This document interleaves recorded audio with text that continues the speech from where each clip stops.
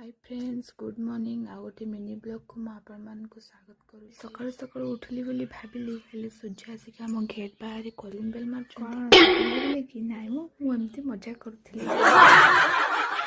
जल्दी जल्दी मोर सब सजा सजे कम सारी गाधेवाई बाहर कम भी एपटे सरीगला। गाधे सारापर टे सजबाज हो गली ठाकुर घर को चलीगली ठाकुर पूजा करने। आजिकार ब्रेकफास्ट होता चकुड़ी पिठा सहित आएपटे मो झी चकुड़ी पिठा सहित आलू भजा केमी खाऊँ देखु के स्लो स्लो खाऊ। नून रे आज आमर पखाड़ सहित आलू पटल कषा आलू भजा कलरा चिप्स आउ दी खंड पियाज आउ गोटे लेंबू एड़ा ऑप्शनल थिला लेंबू आउ पियाज।